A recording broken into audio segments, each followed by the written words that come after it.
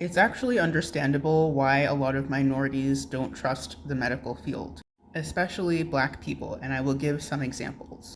Marion Sims, the so-called father of gynecology, used slaves in order to do his procedures that he developed. So while he may have actually corrected a lot of their gynecologic problems, those slaves were not able to consent to those procedures, and it was also done during a time where things probably weren't as clean and as sterile as they are now, and there was no anesthesia or pain control, so you can only imagine how terrifying that must have been for those slaves.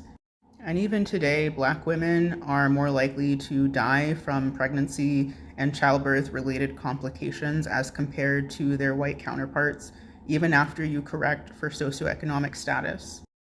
Another example is the Tuskegee syphilis experiment, where they were essentially just watching the progression of the disease in African American males who had syphilis. The treatment is very simple, it's penicillin, but they didn't give that to them. They just watched because they wanted to see how the disease progressed.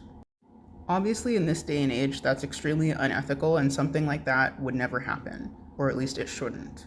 Another example is Henrietta Lacks. She was a Black woman who had cancer, and they used her cells in order to do research, and they're actually still using her cells. She never gave consent, she didn't know that her cells were taken, but there's a lot of medical advancements that have happened because of her, and people need to be informed about the treatments that are being done on them and whether their information or their cells are going to be used for experiments, and that didn't happen for her. They're called HeLa cells.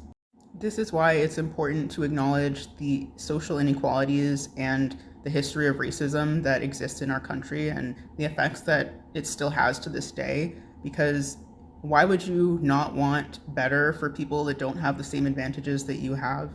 And when you know more, you can do better.